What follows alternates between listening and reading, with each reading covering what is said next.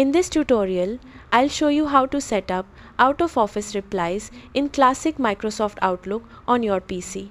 This feature automatically lets people know you're away and when they can expect a response. Open the Outlook desktop app and click File in the top left corner. Select Automatic Replies out of Office to open the settings.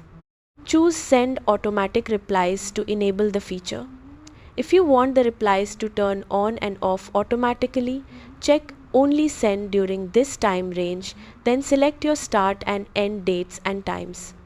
Next, type the message you want people to receive while you're away. You can create one message for people inside your organization and a different message for people outside your organization if needed. After reviewing your message and schedule, click OK to save your changes. Your automatic replies will begin immediately or during the time period you selected. That's how to set up out-of-office replies in Microsoft Outlook. Thanks for watching.